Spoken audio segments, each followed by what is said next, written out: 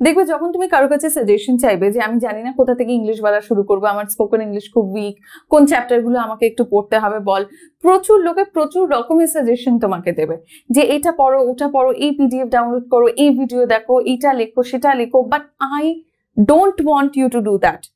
আজকের থেকে আমি চাই না যে তোমরা কেউ ইংলিশ পড়ো। I really don't want you to study English.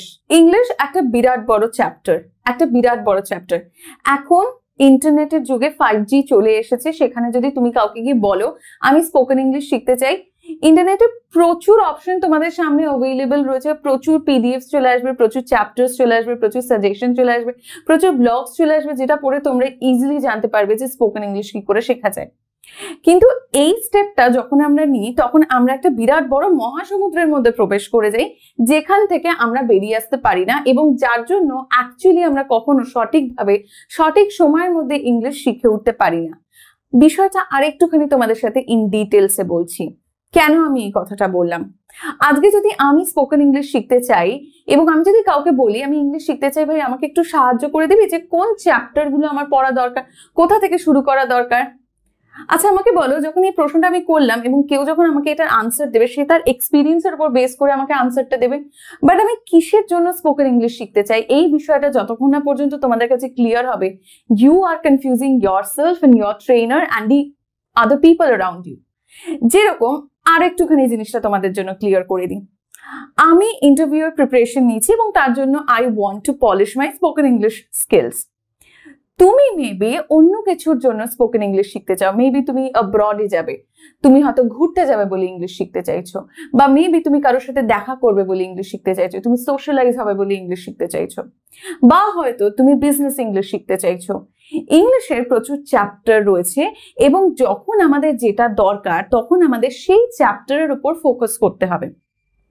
আজকে যদি আমি কোনো গভর্নমেন্ট এক্সাম দিই, সেটার জন্য আমার ইংলিশের প্রিপারেশন যেটা হবে, আমি যখন ইন্টারভিউ প্রিপারেশন দেব সেটার জন্য আমার ইংলিশের প্রিপারেশন আলাদা হবে। তাহলে প্রত্যেকটা সাবজেক্টের জন্য, প্রত্যেকটা জায়গার জন্য ইংলিশের প্রিপারেশন আলাদা আলাদা হয় এবং সেটা আগে আমাদের কাছে ক্লিয়ার থাকা অত্যন্ত দরকার।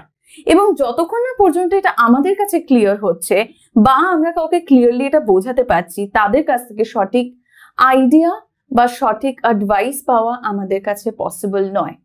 আজকে যদি আমি কাউকে বলি আমি স্পোকেন ইংলিশ শিখতে চাই, কিসের জন্য শিখতে চাই আমি বললাম না, মেবি আমি ইঞ্জিনিয়ারিং পড়ছি বা আমি ডক্টর হওয়ার জন্য প্রিপারেশন নিচ্ছি, বাট আমি সেই রিলেটেড টার্মস গুলো শিখতে চাইছি এবং আমি সেটা কাউকে ক্লিয়ারলি বললাম না। তো সে যেভাবে ইংলিশ শিখেছে সেটাই সে বলবে, সে যে চ্যাপ্টার্স গুলো শিখেছে সেটাই সে বলবে, সে মেবি ট্রাভেল রিলেটেড ইংলিশ শিখেছে, বিজনেস ইংলিশ শিখেছে, সেই চ্যাপ্টার গুলোই তোমাকে কভার করতে বলবে, but that's not how it works. So my first thing is that you need to keep your goal to you, অর্থাৎ you need to understand your goal first and you need to understand the importance of your goal। তোমার English শেখার গোল কি, তুমি কোন গোলটার উপর কাজ করছো এবং কোন গোলটা অ্যাচিভ করবে বলে ইংলিশ শিখতে চাইছো, এটা যতক্ষণ না তোমার কাছে ক্লিয়ার হবে ততক্ষণ না পর্যন্ত ইংলিশ শেখাটা তোমার কাছে ইজি হবে না। এবং যদি তুমি এইগুলো না জেনে ইন্টারনেটে সার্চ করো, এত স্টাডি মেটেরিয়াল আসবে, এত আসবে যে ওইগুলোর মধ্যে ডুবে গিয়ে তুমি কখনো বেরিয়ে আসতে পারবে না এবং ইংলিশ শেখা তোমার পক্ষে আর হবে না। The next thing that I want you to do is, যখন তোমাদের কাছে নিজেদের গোল পরিষ্কার হয়ে গেল, কেন আমি ইংলিশ শিখতে চাইছি এই বিষয়টা যখন তোমাদের কাছে ক্লিয়ার হয়ে গেল, এরপরে আসবে চ্যাপ্টার চুজ করার পালা। আমি অলরেডি এটার ব্যাপারে তোমাদের একটু আগেই বললাম যে আমি যদি ইন্টারভিউতে যাই তাহলে আমি ইন্টারভিউ রিলেটেড ইংলিশ শিখবো। আমি যদি মনে হয় যে আমার ইন্টারভিউ আমি ক্র্যাক করে ফেলেছি, এবারে আমার জব করার পালা এবং আমি চাই যাতে কলিগসদের সাথে, আমার ম্যানেজার বসের সাথে ভালো করে ইংলিশ বলতে পারি, ইমেল যাতে ঠিক করে লিখতে পারি, আমি বিজনেস ইংলিশ শিখবো। সো এবারে তোমাদের চ্যাপ্টার চুজ করতে হবে ঠিকঠাক করে এবং এরপরে এই চ্যাপ্টার্স গুলোর উপর আমাদের একটু একটু করে কাজ করতে হবে অ্যান্ড এরকম ভাবেই আমাদের প্রত্যেকটা স্টেপ অ্যাচিভ করতে হবে এবং এগিয়ে যেতে হবে। স্পোকেন ইংলিশ কিন্তু ওভারনাইট সাকসেস পাওয়ার কোনো ব্যাপার না। অর্থাৎ তোমাদের যদি মনে হয় আজকে আমি একটা কোর্স বাই করলাম, কালকে আমি স্পোকেন ইংলিশে ফ্লুয়েন্ট হয়ে যাব, it doesn't work that way. এরকম ভাবে কাজ হয় না। ওভারনাইট সাকসেস এখানে পাওয়া যায় না, বা ওভারনাইট এরকম ভাবে তুমি স্পোকেন ইংলিশ শিখে যেতে পারবে না। বছরের পর বছর ধরে আমরা একটু একটু করে নিজেদের ওপর এক একটা জনারে কাজ করি, এক একটা স্টেপে কাজ করি এবং সেগুলোকে অ্যাচিভ করতে করতে করতে করতে আমরা এগোই। আমি কদিন আগে একটা ভিডিও বানিয়েছিলাম যেখানে আমি তোমাদের বলেছিলাম যে what are the levels of English, ইংলিশের কটা লেভেল হয়। যদি তোমরা ভিডিওটা না দেখে থাকো তাহলে আমি ডেসক্রিপশনে লিঙ্ক দিয়ে দেবো বা উপরে আই বাটনে ক্লিক করে তোমরা দেখে নিতে পারবে। You can also test your level of English, সেটার উপর বেস করেও আমরা এগোতে পারবো। আমি কেন এই ভিডিওস গুলো তোমাদের দিচ্ছি, যাতে তোমরা বুঝতে পারো যে ইংলিশে তোমরা কিরকম ভাবে এগোবে, ইংলিশটাকে নিয়ে তোমরা কিভাবে এগোবে। সবাই যা বলছে সেটা শুনে আমি যে কোনো একটা চ্যাপ্টার থেকে শুরু করলাম, এরকম ভাবে কখনো কেউ ইংলিশ শিখে উঠতে পারবে না। চ্যাপ্টার যখন আমাদের চুজ করা হয়ে যায়, the third step that you need to make is to make it relevant.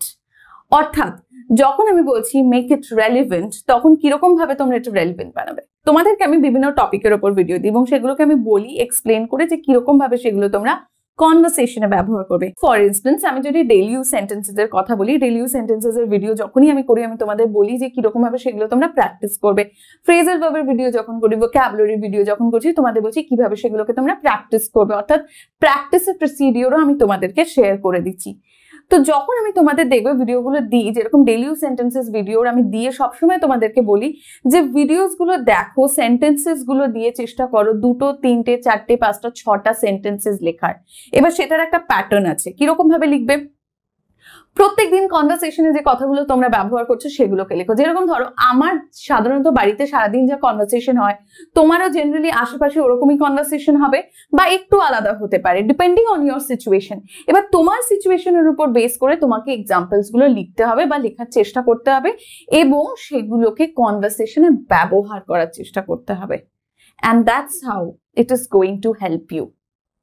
যতক্ষণ না পর্যন্ত তোমরা যে জিনিসগুলোকে শিখছো সেগুলোকে যতক্ষণ না পর্যন্ত তোমরা রেলিভেন্ট বানাবে, যতক্ষণ না পর্যন্ত কনভারসেশনে ব্যবহার করবে, ততক্ষণ না সেটার উপকারিতা বা শেখার কারণ তোমাদের কাছে স্পষ্ট হবে না।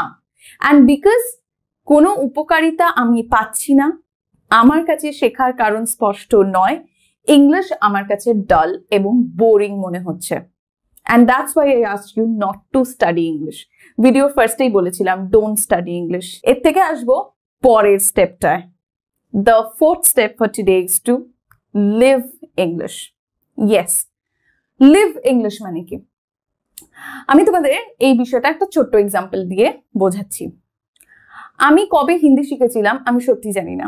আমি ছোট্টবেলায় একদম যখন নার্সারি স্কুলে পড়তাম, বাড়িতে ফিরে আমি শক্তিমান দেখতাম। শক্তিমান হিন্দিতে হতো। তারপরে আস্তে আস্তে কিরকম ভাবে আমি হিন্দি বলা শিখেছি বা কবে একটা ফার্স্ট সেন্টেন্স বলেছি সেটা আমার মনে নেই। তারপর স্কুলে 2 বছর হিন্দি পড়া, সেখান থেকে হিন্দি লেখা শেখা, হিন্দিতে আরেকটু ভালো হয়ে ওঠা এবং তারপরে আস্তে আস্তে কাজের জায়গায় গিয়ে হিন্দি বলা। কিন্তু আমি হিন্দি কিভাবে শিখলাম এটা যদি কেউ আমাকে জিজ্ঞাসা করে, তাহলে আমি তাদেরকে একটা কথাই বলবো, শুনে শিখেছি বা বলে শিখেছি। আমি শুনেছি আমার আশেপাশে মানুষজনদের হিন্দি বলতে, আমি শুনেছি বাড়িতে হিন্দি সিরিয়াল দেখতে, আমি দেখেছি হিন্দি সিরিয়াল দেখতে, আমি নিজে দেখেছি, আমি নিজে হিন্দি সিনেমা দেখেছি, আমি নিজে প্রচুর হিন্দিতে ওয়েব সিরিজ দেখেছি, আমি হিন্দিতে কার্টুন দেখেছি এবং আস্তে আস্তে কোথাও একটা আমার ওই স্বভাবটা চলে এসেছে হিন্দি বলার, বা আমি হিন্দি ল্যাঙ্গুয়েজে অ্যাকাস্টমড হয়ে উঠেছিলাম। এবং যখন তোমাদের আমি বলি যে ইংলিশ তোমরা সবচেয়ে বেশি শুনে শিখতে পারবে, বিষয়টা তোমাদের কাছে হাস্যকর মনে হলেও এটা সত্যি। এবং এরকম ভাবে কিন্তু নেটিভ স্পিকার্সরাও ইংলিশ বলা শেখে। যখন তোমরা বাংলা বলা শিখেছিলে, যখন তোমরা হিন্দি বলা শিখেছিলে, তখন তোমরা কবে শিখেছিলে সেই পার্টিকুলার ডেট বা টাইম তোমরা মনে রাখতে পারবে না, কারণ তোমরা শুনে শিখেছিলে। কিন্তু এর মানে কি এই যে আমি যদি 2 বছর হিন্দি না বলি তারপরেও আমি গিয়ে হিন্দি ঠিক করে বলতে পারবো না? এটা আমি নিজেকে দিয়ে প্রমাণ পেয়েছি। আমি যতদিন হিন্দি বলা থামিয়ে রেখেছিলাম, তারপরে যে মাসে আমি হিন্দি বলা শুরু করেছিলাম, আমি ফাম্বল করেছিলাম, আমি আটকে গিয়েছিলাম। তারপরে কয়েক মাস বলতে বলতে বলতে বলতে আবার অভ্যস্ত হয়ে গেছি। And this same things happens with English.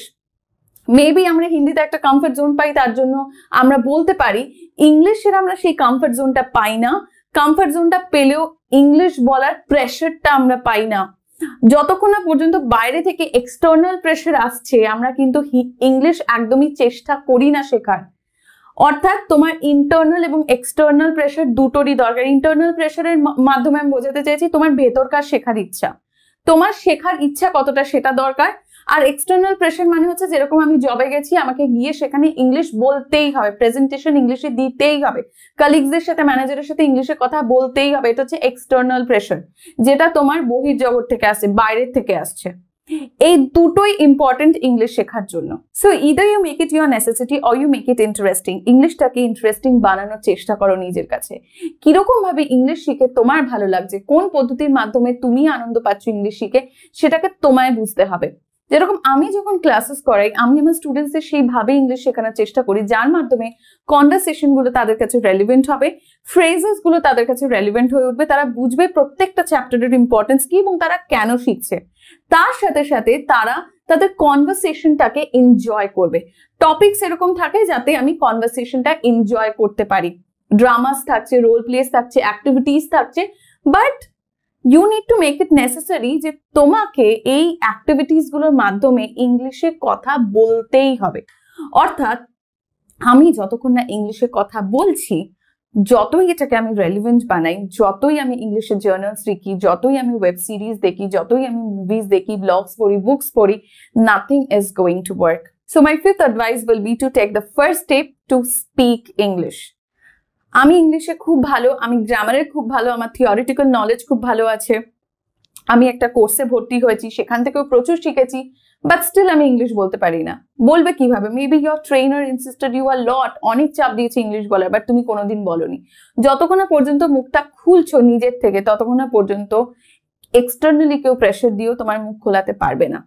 ওটা ভেতর থেকে ইচ্ছা আসতে হবে। তো ফার্স্ট স্টেপটা নাও আজকের থেকে, ইংলিশ প্র্যাকটিসের মধ্যে রাখো এবং চেষ্টা করো যাতে বলা যায়। অনেকের মধ্যে একটা খুব ভুল চিন্তাধারা রয়েছে যে আমি যদি 3 মাসের একটা কোর্স করি, 6 মাসের একটা কোর্স করি, 1 বছরের একটা কোর্স করি, আমি ইংলিশ বলতে পারবো। নো, 2.5 মাসের একটা কোর্স করে, 3 মাস 6 মাসের একটা কোর্স করে তুমি ওই 3 মাস 6 মাস ইংলিশ শিখলে, তারপরে তুমি 6 মাস ইংলিশ আর প্র্যাকটিসই করলে না, তারপরে তুমি আর ইংলিশ ধরেই দেখলে না, বই ধরেই দেখলে না, আবার যখন জব ইন্টারভিউ রয়েছে তখন হয়তো তুমি ইংলিশটা ধরে দেখলে, ততদিনে তুমি অলরেডি যা তোমার ট্রেনার শিখিয়েছে সব ভুলে গেছো, আর now you are blaming the course, আমার কোর্স করে কোনো লাভ হয়নি। এরকম ভাবে কোনো জিনিসই কাজ করে না। যার কাছ থেকে তুমি যাই শিখছো, যেখান থেকে যেটা পড়ছো বা যেটা জানছো, সবকিছু ব্যর্থ হয়ে যাবে যতক্ষণ না পর্যন্ত তোমরা প্র্যাকটিস করবে। অর্থাৎ তোমাদের প্র্যাকটিসের মধ্যে রাখতে হবে ইংলিশকে। ইংলিশ 2.5 মাস 3 মাস পড়লাম, তারপরে আমি আর প্র্যাকটিস করলাম না, এরকম কোনো ব্যাপার না। শুধু ইংলিশের জন্য না, যে কোনো সাবজেক্টের ক্ষেত্রে এটাই ন্যাচারাল এবং ভুলে যাওয়াটাই স্বাভাবিক। সো अगेन আমি ভিডিওটা শেষ করার আগে আরেকবার রিপিট করে দিচ্ছি যে স্টেপসগুলো আমি তোমাদের আজকে বললাম। Number 1 was to understand your goal. Number 2 was to choose your chapters wisely. Number 3 স্টেপে আমি তোমাদের বলেছিলাম make it relative. নাম্বার 4 এ আমি তোমাদেরকে বলেছিলাম don't study English, try to live in English. নিজেদের আশেপাশে এমন একটা এনভায়রনমেন্ট ক্রিয়েট করার চেষ্টা করো যেখানে তোমরা ইংলিশকে আরো ইন্টারেস্টিং এবং এক্সাইটিং মনে করবে এবং তার সাথে সাথে ইংলিশ লার্নিং কে এনজয়েবল করে তুলবে নিজেদের জন্য। ফিফথ স্টেপে আমি তোমাদের বললাম যে কথা তোমাদের বলতে হবে এবং ইংলিশকে প্র্যাকটিসের মধ্যে রাখতে হবে। You need to take the first step to speak English and you need to practise English. That's all for today, guys. I'll see you all again in my next video. Until next time, let me know in the comment section how you enjoyed it and please stay connected with me. Thank you.